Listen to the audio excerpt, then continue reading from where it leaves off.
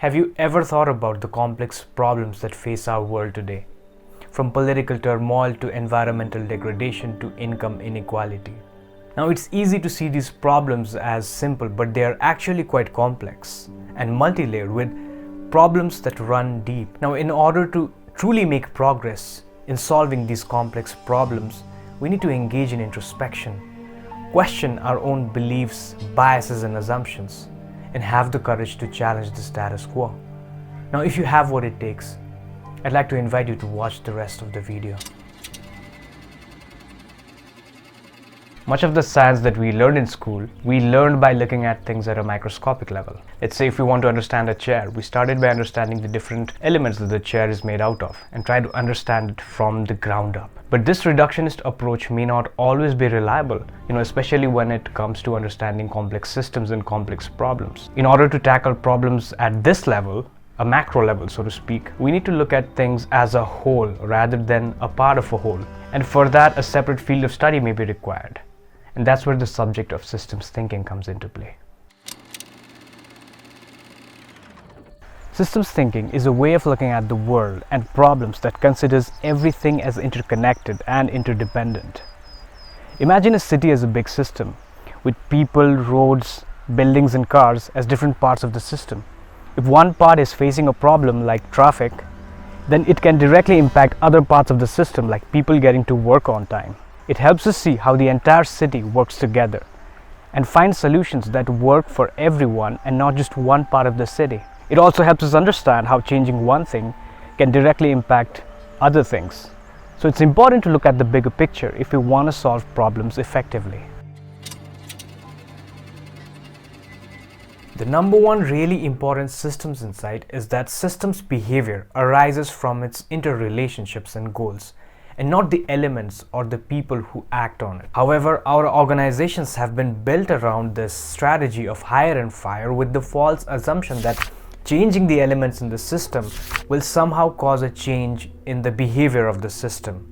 This approach, however, does not solve the actual problem that originates within the interconnections of the system, and thus the endless cycle of hire and fire continues. The way that people act irrationally or in ways that produce unwanted results is not the fault of the people, but the fault of the system.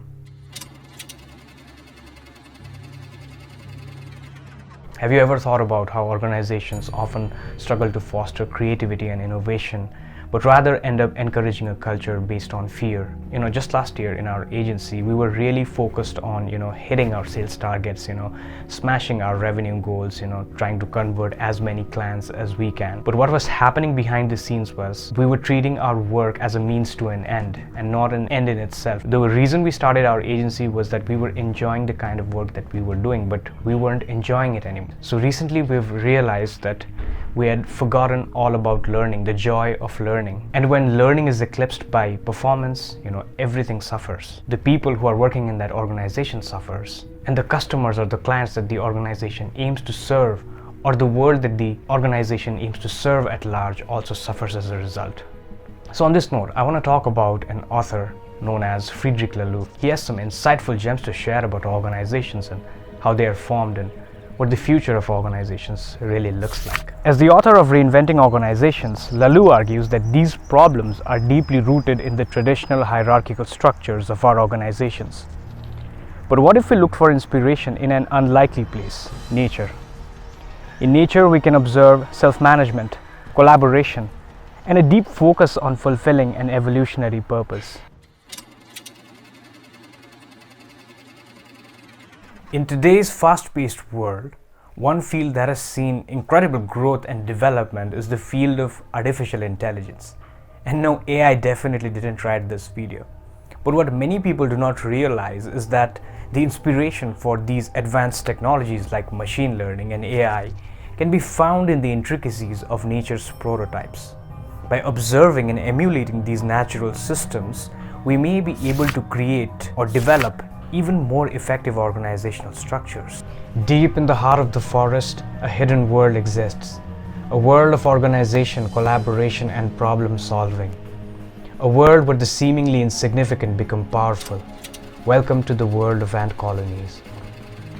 You see, scientists and researchers have been studying ant colonies for decades in the field of swarm intelligence. And what they've found is that the behavior of ant colonies can be used to develop algorithms for advanced technologies. What's interesting to notice is that they function in a totally flat organizational structure, meaning that there is no one running around with a stick making sure things don't break. Everything occurs through communication and collaboration. And it might be surprising for you to know that together they can accomplish things that are seemingly impossible even for us human beings. One of the most fascinating aspects of these colonies is their ability to communicate and find food. Through the use of pheromone trails, ants are able to share information about the location of food. As an ant stumbles upon a food source, it leaves behind a chemical trail, a pheromone, marking the way to the food. As more ants follow the trail, the pheromone concentration increases, making it easier for others to find the food. This creates a network of trails that guides ants to food sources, allowing the colony to function efficiently.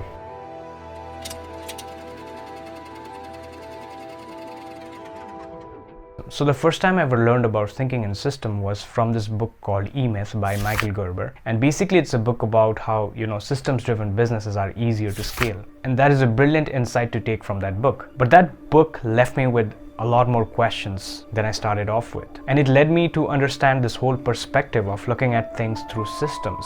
And that's when I figured out this whole subject of systems thinking, and more specifically through this book called Thinking in Systems by an author known as Donella Meadows. And Donella Meadows happens to be a pioneer in systems thinking, and she often talks about how effective systems are designed by optimizing for information. So basically, if you want to create an effective system, you start by optimizing the information flow between and within its components. So in order for each element in the system to function effectively, it must have access to the right kind of information, and the quality of information is also equally important. Think of a complex system like a human body. Just like how the different organs in our body need to communicate with each other in order to function effectively, the different parts of a complex system also need to have a smooth flow of information. Now, without it, the systems become slow, rigid, and inefficient.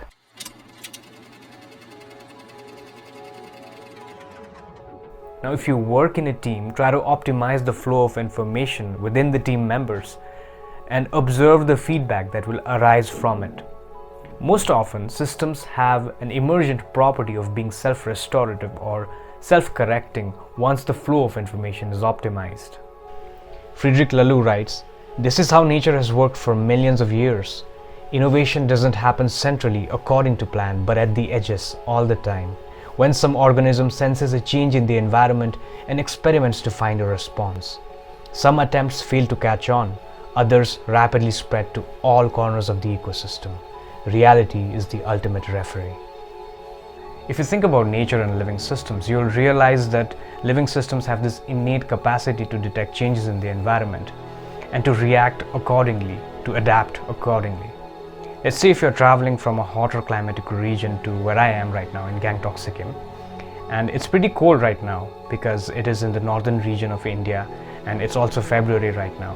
But what will happen as a result of you taking a trip from a warmer region to a colder region like Sikkim? The functioning of your body will change accordingly, and it will take a few days for you to acclimatize to this new environment. Now, similarly in a forest, there is no master tree who dictates and plans everything when rain fails to fall. The whole ecosystem reacts creatively at the moment. As I was doing some research for this video, I stumbled upon this amazing documentary that talked about how trees communicate with each other through fungal networks. And these fungal networks are their own internet connection, so to speak. And it allows them to share resources with each other and to warn each other about potential dangers. Trust is the secret sauce of productive and joyful collaboration. But it's hard for trust to flourish when everyone is hiding to some degree behind a professional mask. We don't just lose productivity in subtle but real ways. Our humanity feels cheated by the shallow relationships we have when we don't engage with each other at levels that truly matter. If you are new here, my name is Tubdin Guru, and this is a channel through which I share my thoughts on strategy, creativity, and personal evolution. Now, if any of these topics interest you in some way, please try and subscribe and see if the kind of videos I share resonate with you. If not, there is always the option of the unsubscribe button, which I doubt you'll ever click on.